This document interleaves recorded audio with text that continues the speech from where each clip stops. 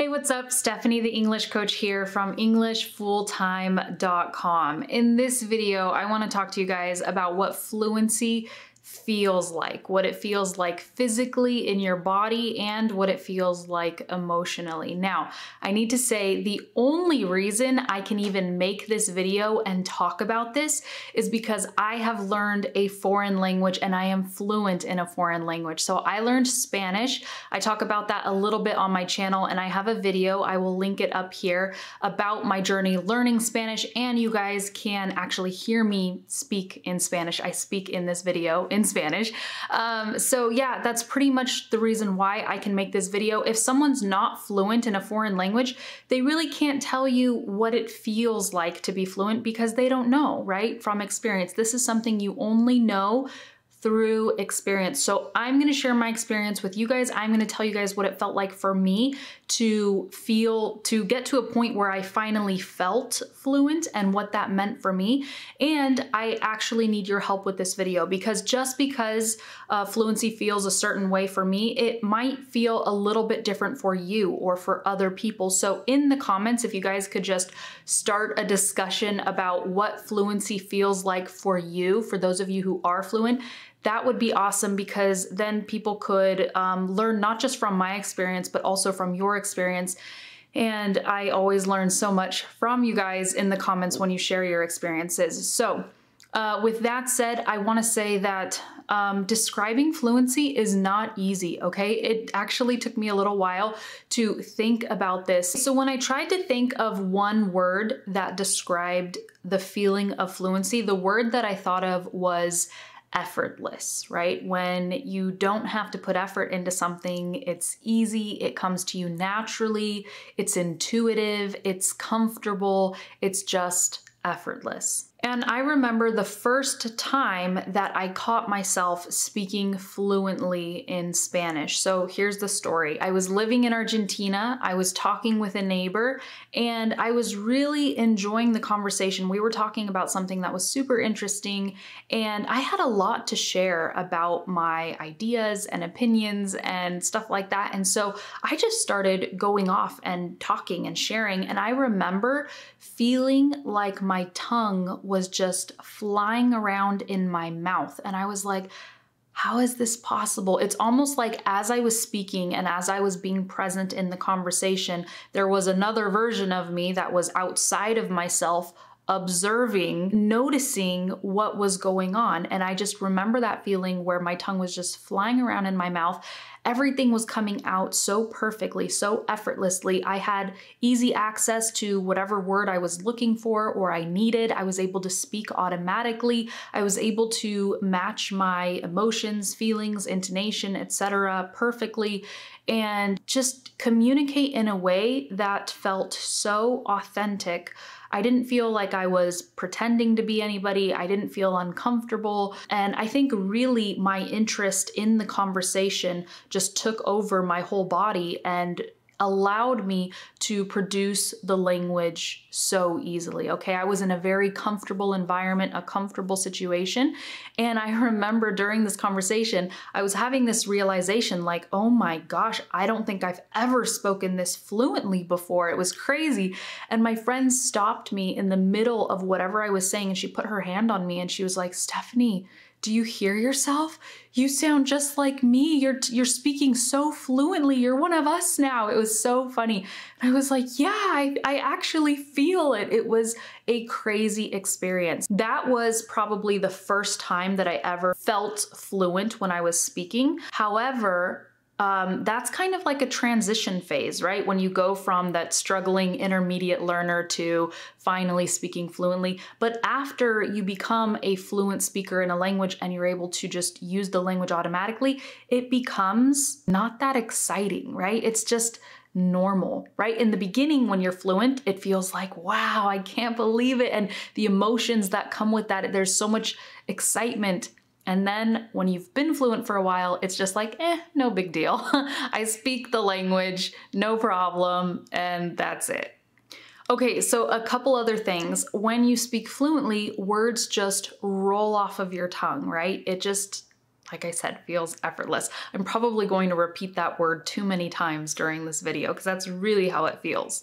Another thing is you don't get exhausted. You can talk with somebody for an hour or for 2 hours and it feels great and you enjoy the conversation, and when the conversation's over, you just move on with your day and you're fine, right? But when you are an intermediate learner and you're not quite there yet, talking in English or a foreign language for 15 minutes or half an hour or 1 hour, it can be so mentally exhausting because there's so much that your brain has to focus on. And so after a conversation, you might feel completely depleted, no energy, exhausted, etc.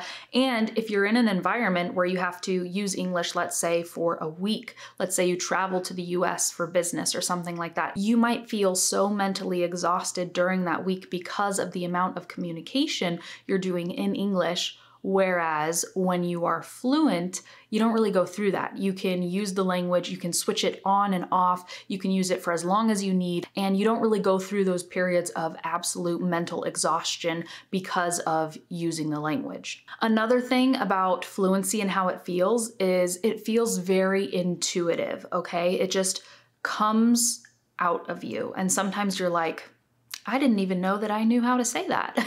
Or, wow, that just feels right. I don't know how to explain the grammar. I don't know why that's correct, but it feels right and it feels good. Maybe your grammar is actually not correct. I don't know, but it just feels like the right thing to say. Okay, also when you're fluent, everything just clicks in your mind. You don't have to put your sentences and ideas together before you say them, right? You just react the same way you react in your native language. And the words, like I said, they just fall out of your mouth, they roll off of your tongue. Again, when that first happens to you, it's real exciting. But when that's your reality, it's just normal. Does this mean that when you're fluent in a language, you are going to be confident in this language 100% of the time? No, absolutely not. Just because you're fluent doesn't mean you will always be confident. Think about it. In your native language, are you always confident? No, right? Let's say you have a business meeting or an interview or a phone call or a date with somebody, who knows? But just because you speak a language fluently doesn't mean you're always going to be confident, because you might be in certain environments that make you nervous, and that's normal. And it's really important to recognize that, because some people think that because they lack some confidence, that means they also lack fluency, but it's not always the case. And another thing to really realize is that when you are nervous, you are going to make more mistakes. You are probably going to have a heavier accent and you might forget words. You might clam up and not be able to express yourself well. But again, that is a result often of nervousness and lack of confidence. And it's often unrelated to your fluency and your ability, because when you are in an environment that makes you feel safe and comfortable, and when you're enjoying yourself, the words just, fall out of your mouth and you don't have those problems with fluency, okay? So just really important to recognize that. And I wanted to say that because some people feel like, oh, well, it's not always effortless when I speak. Sometimes it's effortless and sometimes it's not. You really have to identify what is making you feel uncomfortable. What is it about the environment? Because again, it might be about the environment and how you are emotionally responding to it, and not necessarily about your communication skills and your level of English.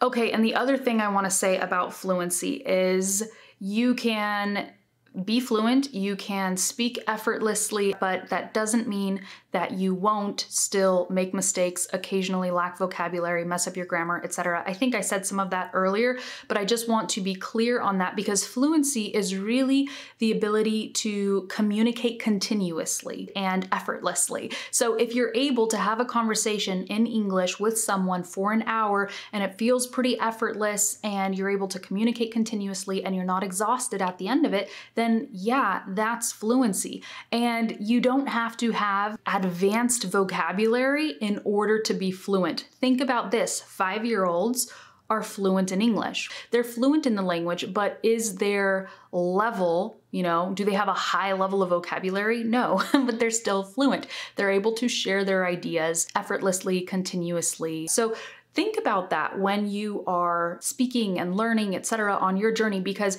you might be fluent already and just not realize it. And I know that as a language learner myself, it's always so empowering when you can realize, oh my gosh, I'm fluent. And having that realization builds tons of confidence, okay? Sometimes it takes one conversation for you to have where you realize, I didn't know I was capable of talking for 2 hours. And I've gotten so many messages from my students where they said just that. They said, Stephanie, I joined one of your programs. I ended up completing this assignment or talking to this person, and I couldn't believe it. We talked for a whole hour or 2 hours or 3 hours. At this point, I don't remember what the record is, but I'm pretty sure some of my students have had conversations that were 4 hours or possibly longer. And if you are one of my students who has had a conversation that's longer than 4 hours with somebody else, go ahead and let me know in the comments, because I'd love to hear more about that. Okay, and if you are interested in learning more about my programs, I will leave some links in the description. One that I recently launched is called the Daily English Program, and this program is already a huge success. Every week I give a new lesson and task to my students, and the lessons are designed to teach you advanced English. We actually focus on improving every aspect of your English, and then the tasks are designed to get you to use your English and then analyze your English so you can start self-correcting. And of course, we have an awesome community that you can interact with. So if you're interested in learning more about that, I will put the link in the description. Okay, and my last example of fluency is, it's just like turning on a light switch, right? When you go into a room and the room is dark, you just switch on the light and the light is on, and that's it. There's no fireworks, it's not magical, it's not like, wow, it's just you needed light, so you turned on the switch and you made the light happen. That's like fluency. When you're fluent in a language and then someone starts speaking to you in that language, you're like, oh, okay, I have to use this language now. And you start communicating with them. It's not exciting or wow or anything. It's just normal. And yeah, it's just easy. It's not like you're sitting there cranking out the electricity, generating it yourself, and if you stop, the light's gonna go off or something, right? That's what it's like in the beginning when you're still not fluent. So anyhow, this video is my ramblings about what fluency feels like physically in the body and emotionally, and I went all over the place. You're welcome. No, I'm just kidding. I hope it wasn't too hard to get through, and I look forward to hearing your comments and feedback in the description. What does fluency feel like to you? And if you feel like you're not fluent, describe that to me. Thank you so much, you guys. Oh, if you are not subscribed to my channel and you enjoy rambling type videos like this, feel free to subscribe. I have a lot of fun making these videos, and yes, if you guys want more from me, definitely check the links in the description where I share more about my programs to help you improve your English and really get some transformational experiences. Okay, that is it. And I'll see you guys in the next video. Bye. It becomes, what's the word I'm looking for? They roll off of your tongue, and yes, having a conversation that's an hour or 2 hours, how do I say this? What does it feel like to not quite be fluent? Because, no, that sounds stupid. Hang on. I can't do this. Sorry, my nose is like, I need to take care of this. It's not exciting or wow or anything. It's just normal. And what else was I gonna say? I was talking with a neighbor. I was living in a, okay, wait, let me start over. In your native language, are you always confident? No, right? We get in, hang on. And so I actually run lots of, well, not lots, hang on. I just realized I have these shadows on my shoulder and they look like tiger stripes. That is so weird. Oh, if you are not subscribed to my channel and you enjoy rambling type videos like this, feel free to, can't talk, feel free, let me try again. Can't stop laughing at myself.